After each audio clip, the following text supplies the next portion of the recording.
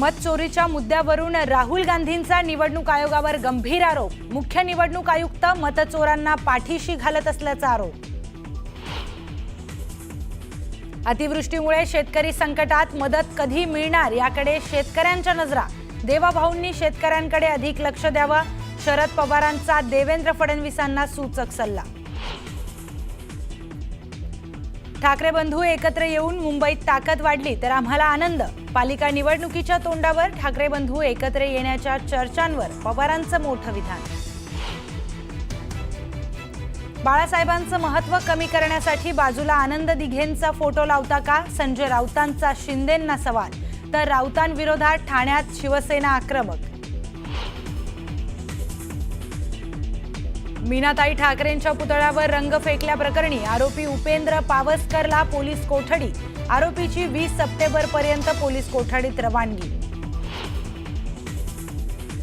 75 नंतर मी थांबलो नाही, त्यामुळे मी पंतप्रधान मोदींना थांबा म्हणू शकत नाही, तर माझ्या 75ला मोदीही स्वतः आले होते। शरद पवारांचं मोठं विधान। मालेगाव बॉम्बस्फोटात निर्दोष मुक्त झालेल्या 7 जणांना मुंबई हायकोर्टाने बजावली नोटीस। 6 आठवड्यांच्या आत उत्तर देण्याचे निर्देश। पीडितांकडून NIA कोर्टाच्या निकालाला हायकोर्टामध्ये आव्हान। पुण्यातल्या अंदेकर टोळीभोवती पोलिसांनी आवळला फास। अंदेकर कुटुंबाची सर्व बँक खाती आणि लॉकर सील। फॉरेन्सिक ऑडिटरद्वारे तपास, जप्तीची कारवाई होणार। नाशिक सातपूरमध्ये तरुणाच्या अपहरणाचा प्रयत्न। तरुणाला 6 ते 7 जणांनी कारमध्ये कोंबलं। तरुणानं पळ काढून गाठलं सातपूर पोलीस ठाणे। अपहरणाचा व्हिडिओ समोर।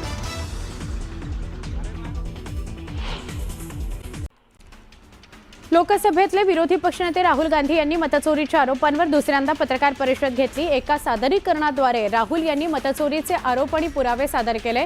निवडणूक आयोग जाणून बुजून काँग्रेसच्या मतांना लक्ष्य करतो आहे आणि त्यांची नावं वगळतो आहे। निवडणूक आयोगाच्या संगनमतानं बिहार, हरियाणा, कर्नाटक आणि महाराष्ट्रात भाजपनं मतदार यादीत हेराफेरी केली असा आरोप राहुल गांधींनी पत्रकार परिषदेत केला। ऑडिशन डिलिशनचा प्रकार संशयास्पद असून याकरता एकच यंत्रणा वापरली जाते असं राहुल गांधी म्हणाले। कर्नाटकात काँग्रेस जिंकलेल्या 8 जागांवरील मतं डिलीट करण्यात आली। प्रत्येक विधानसभा निवडणुकीत मतचोरी घोटाळे केले जात आहेत असा आरोप राहुल गांधींनी केला।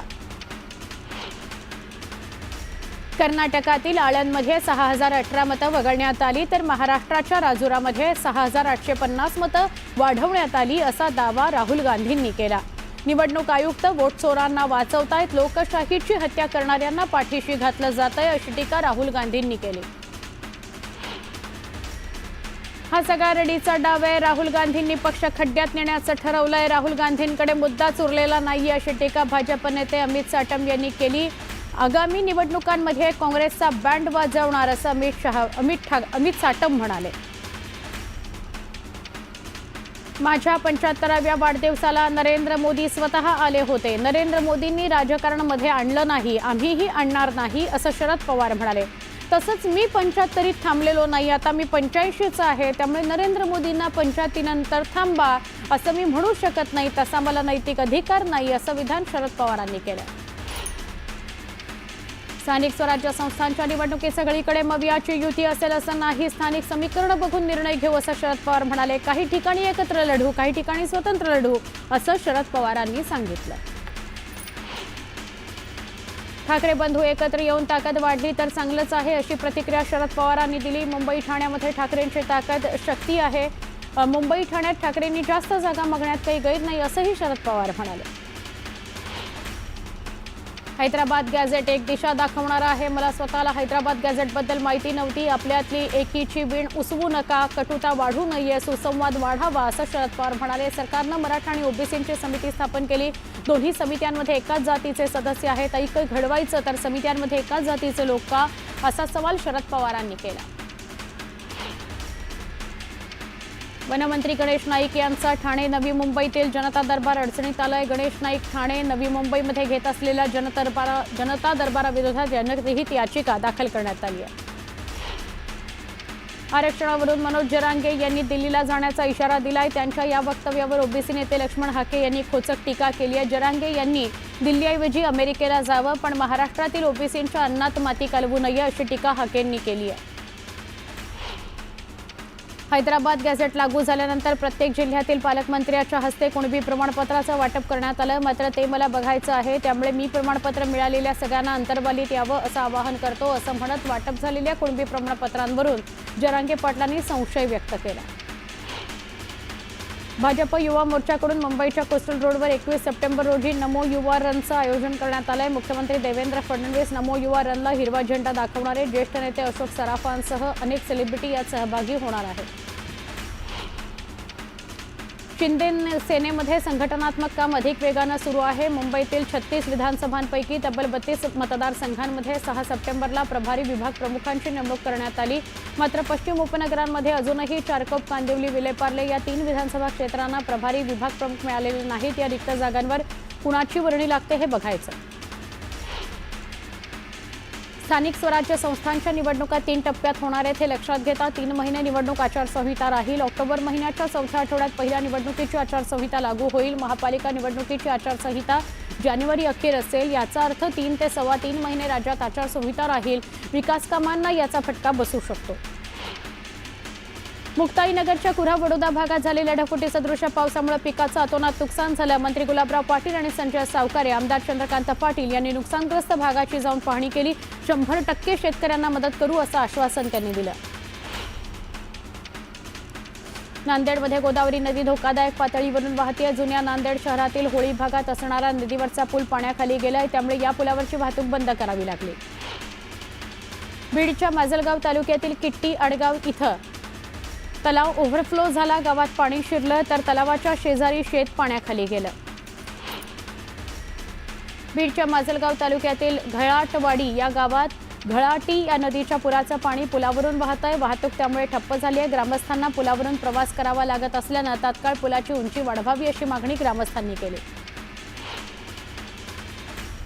वाशिमच्या रिसोड, मंगळूरपीर, मानोरा, मालेगाव आणि वाशिम तालुक्यात जोरदार पाऊस झाला। या पावसामुळे नदी नाल्यांना पूर आला। रिठद या गावाजवळून वाहणाऱ्या अडोळ या नदीच्या पुरानं रिठद गावाचा संपर्क तुटला, त्यामुळे रस्त्याच्या दोन्ही बाजूनी नागरिक अडकून पडलेले आहेत।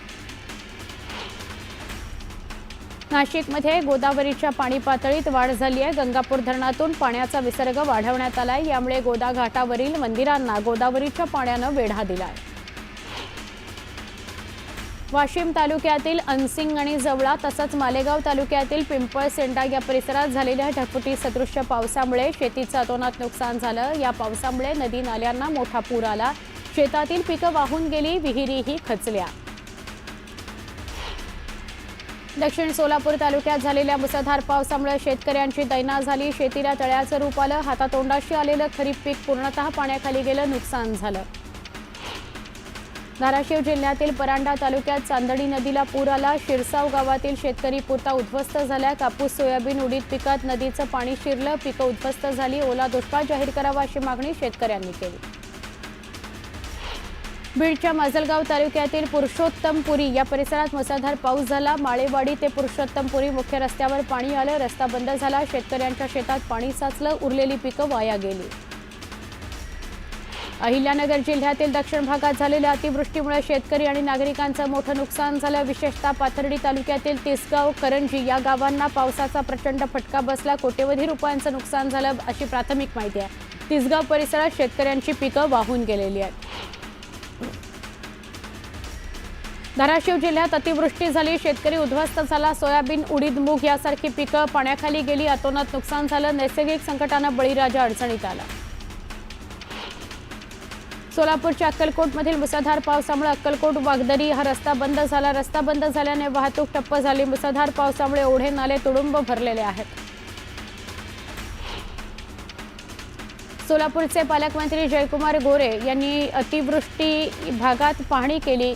खडकी, बिटरगाव या गावांना पालकमंत्री जयकुमार गोरे यांनी भेट दिली।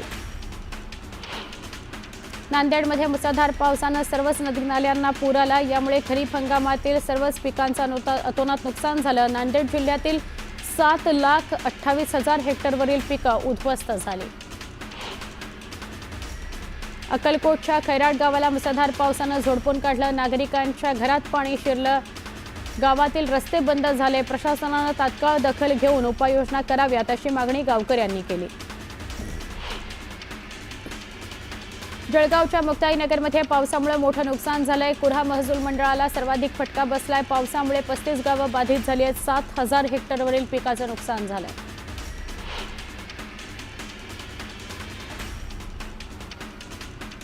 वर्धा जिल्ह्यात गेल्या आठवड्याभरापासून पावसाची संततधार सुरू आहे. पावसामुळे धाम नदीला प्रकल्पावरील पावणारा बंधारा ओव्हरफ्लो झालाय.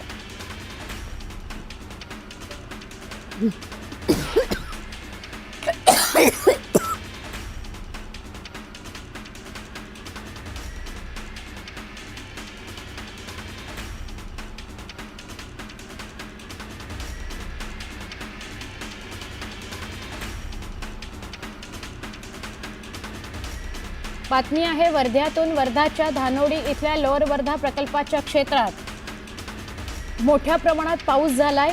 प्रकल्पाच्या पाणी पातळीत वाढ झाली आहे. पाणी पातळी वाढल्यामुळे प्रकल्पाचे 25 दरवाजे उघडण्यात आले. माढाच्या वाकाव या गावात सीना नदीचं पाणी शिरलं. ज्येष्ठ नेते शिवाजीराव सावंत आणि माजी मंत्री तानाजी सावंत यांच्या घरालाही पाण्यानं वेढा दिला. सोलापूरच्या करमाळा तालुक्यात सीना नदीला पूर आला. त्यामुळे नदीकाठच्या पिकांचं नुकसान झालंय. मंत्री जयकुमार गोरेंनी नुकसानीची पाहणी केली. धाराशिवमध्ये मोठा पूर आला. परांड्याच्या कसरत वाघे गव्हाण या गावात तराफाच्या सहाय्यानं गर्भवती महिलेला दवाखान्यात पोहोचवलं. अत्यंत धक्कादायक प्रकार. या घटनेचा व्हिडिओ सोशल मीडियावर व्हायरल झाला. धाराशिव जिल्ह्यातील नुकसानग्रस्त शेतकऱ्यांना सरसकट मदत करा अशी मागणी आमदार कैलास पाटलांनी केली. अतिवृष्टीमुळे नुकसान झालं नाही असा एकही शेतकरी धाराशिव जिल्ह्यात शोधून सापडणार नाही असं पाटील म्हणाले. मुंबईला पाणीपुरवठा करणाऱ्या 7 तलावांमध्ये रविवारी मध्यरात्रीपासून चांगला पाऊस पडला. 7 तलावांमध्ये 98.82% इतका पाणीसाठा जमा झाला. हा पाणीसाठा पुढील 354 दिवस म्हणजे 4 सप्टेंबर 2026 पर्यंत पुरणार आहे. त्यामुळे मुंबईकरांना पाणी कपातीच्या संकटापासून मोठा दिलासा मिळाला आहे. अतिवृष्टी आणि पुरामुळे शेतकऱ्यांचं मोठ्या प्रमाणात नुकसान झालं. ऑगस्ट आणि सप्टेंबर महिन्यात झालेल्या अतिवृष्टीमुळे महाराष्ट्रातील तब्बल 30 जिल्ह्यांमध्ये 195 तालुक्यांमध्ये तब्बल 17,85,000 हेक्टरवरील पिकं बाधित झाली. बंजारा समाजाला एसटी प्रवर्गातून आरक्षण देण्याच्या मागणीकरता नांदेड जिल्ह्यातील किनवटमध्ये मोर्चा काढण्यात आला. मराठा समाजाच्या आरक्षणाकरता हैदराबाद गॅझेट लागू झालं. याच हैदराबाद गॅझेटमध्ये बंजारा समाज हा आदिवासी प्रवर्गात असल्याच्या नोंदी आहेत. त्यामुळे आता बंजारा समाजाला अनुसूचित जमातीमध्ये समाविष्ट करा अशी मागणी जोर धरते. एसटीचं आरक्षण लागू करा या मागणीकरता बीडमध्ये धनगर समाज आक्रमक झाला. बीड जिल्हाधिकारी कार्यालयासमोर शेकडो धनगर बांधवांनी ठिय्या मांडला. पारंपरिक धनगरी ढोल वाजवून घोषणाबाजी करत सरकारचा निषेध नोंदवण्यात आला. डॉक्टरांच्या राज्यव्यापी संपात जळगावमधील 2,500 डॉक्टरांनी सहभाग घेतला. जळगावमधील हजारो डॉक्टर 1 दिवसाच्या संपावर गेले. वैद्यकीय सेवेवर मोठा परिणाम झाला. अंबरनाथ, बदलापूर, उल्हासनगर शहराचा पाणीपुरवठा आज मध्यरात्रीपासून बंद राहणार आहे. जांभूळ जलशुद्धीकरण केंद्रातील देखभाल दुरुस्तीच्या कामामुळे पाणीपुरवठा बंद ठेवला जाणार आहे. अकोला शहरातील अग्रसेन चौकातील इंडियन ऑइलच्या पेट्रोल पंपावर धक्कादायक प्रकार उघड झाला. अनेकांच्या दुचाकींमध्ये पेट्रोल भरल्यानंतर वाहनं बंद पडत असल्याची तक्रार नागरिकांनी केली. चौकशीअंती अजब प्रकार समोर आला. पेट्रोलमध्ये इथेनॉलचं मिश्रण झाल्यानं पाण्याचा स्पर्श होताच ते पाण्यासारखं दिसू लागलं. त्यामुळे वाहनांची इंजिन बंद पडत असून नागरिक त्रस्त झाले. आंतरराष्ट्रीय स्कायडायव्हिंग शीतल महाजन यांनी चित्तथरारक स्कायडायव्हिंग करत पंतप्रधान नरेंद्र मोदी यांना अनोख्या शुभेच्छा दिल्या. शीतल महाजन या मूळच्या जळगावच्या आंतरराष्ट्रीय स्कायडायव्हिंग करणाऱ्या त्या महाराष्ट्रातील एकमेव महिला आहेत. राज्यव्यापी संपात भुसावळ इथल्या डॉक्टरांनी सहभाग घेतला. होमिओपॅथी डॉक्टरांना ॲलोपॅथी प्रॅक्टिसच्या परवानगीला डॉक्टरांनी विरोध केलाय. सरकारनं घेतलेल्या या निर्णयावर पुनर्विचार करावा अशी मागणी डॉक्टरांनी केली आहे.